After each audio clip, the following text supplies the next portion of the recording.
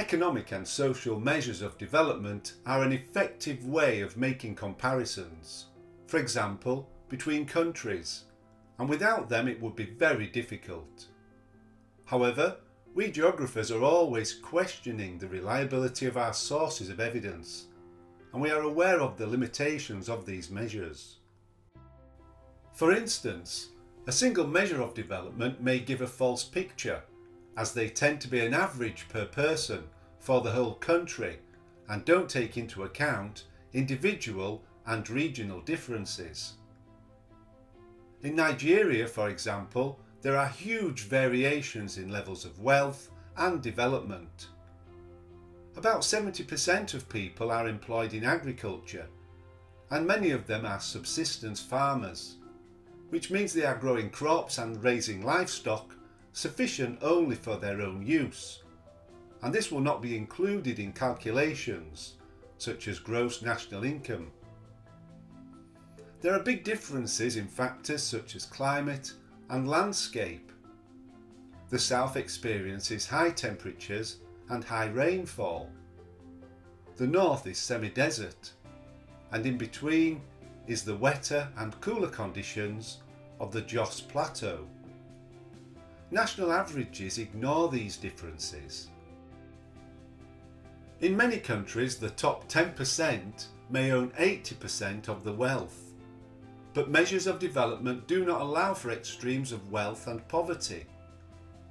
Wealth may also be concentrated in cities, whilst rural areas remain very poor. In Nigeria, almost half of the population live in the countryside. Data may also not take into account informal economies, which are often unrecorded. Many economic measures are calculated in US dollars, but do not allow for the relative spending power of different currencies. In each country, some items will be cheaper or more expensive than in others. The Big Mac Index compares the price of Big Macs around the world every 6 months. In the USA, $5.95 will buy you a burger, whilst in Mexico, you only need $3.18. It is not effective to only compare economic measures when considering development. Measures such as gross national income can be misleading. They focus on certain aspects of development.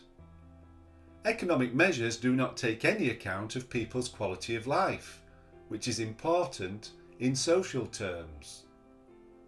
Wealth is not the only measure of development. People might be economically poor, yet they are educated and live to a good age with reasonable health. Similarly, people could be rich but unhappy, maybe because their environment is not good. Some measures may be too narrow and specific.